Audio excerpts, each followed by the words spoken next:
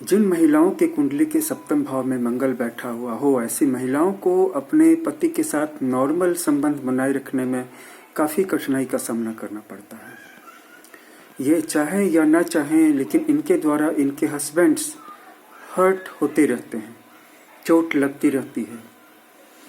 ये अनइंटेंशनल भी हो सकती है,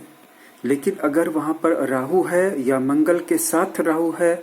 तो फिर ये चोट इंटेंशनल होती है। अगर वो थप्पड़ मार करके अपने पति को अपमानित नहीं करेगी तो कम से कम बोल करके जरूर बदला लेगी, और बदला लेने का कोई कारण न हुआ तब भी।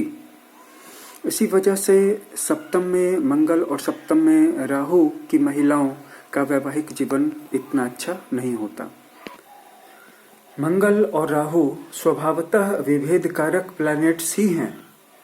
जो राहु और जो केतु सूर्य और चंद्रमा का ग्रहण कर लेते हैं,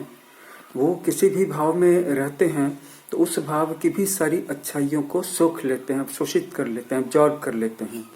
और अपनी विभेदकारी ताकत से उस भाव के शुभ फलों से जातक को अलग कर देते हैं। मंगल कलहकारी ग्रह है और राहु आक्षेपकारी। मंगल लड़ करके संतुष्टि प्राप्त कर लेगा, लेकिन राहु तो लांछना लगाएगा, आरोप लगाएगा, जिसके कारण कि उसके आक्षेपों से परेशान होकर के जीवन साथी शीघ्र ही उसका साथ छोड़ देने का विचार करता है। जिन लोगों के जीवन साथी की कुंडली के सप्तम भाव में मंगल हो या मंगल की दृष्टि पड़ रही हो, उनका विवाह आसान नहीं होता। तो ऐसी महिलाओं के पति की कुंडली में अगर सप्तम भाव में ठीक वही प्लैनेट्स हो, जैसे कि अगर उसका मंगल है तो इसका भी मंगल हो, उसका राहु है तो इसका भी राहु हो, उसका मंगल राहु दोनों है तो इसका भी मंगल राहु दोनों हो, उसकी भी मंगल की दृष्टि सप्तम पर पड़ रही है तो इसकी भी पड़ रही हो, तो ऐसा जातक अपनी पत्नी के ट्रिक्स का, उसके भिम्स का, उसके नखुनों का मुकाबला कर लेता है और वैवाहिक जीवन किसी तरह नष्ट होने से बच जाता है।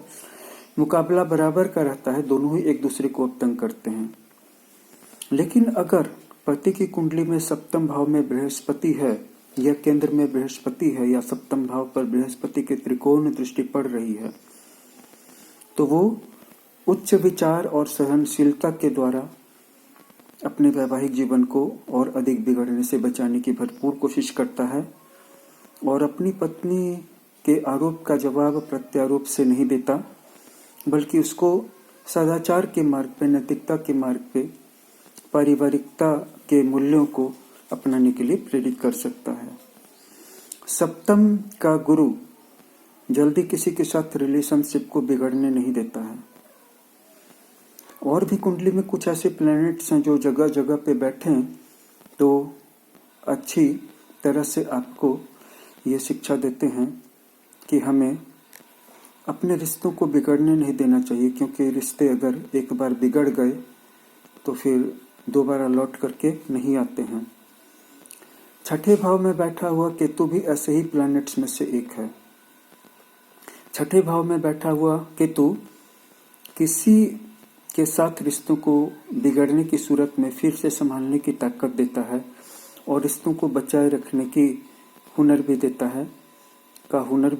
और इसके साथ साथ अन्य दो लोगों के बीच में रिश्ते बिगड़ रहे हों तो वहां पर भी छठे का केतु वाला व्यक्ति या महिला जाकर के उनके संबंधों को नॉर्मलाइज कर सकते हैं।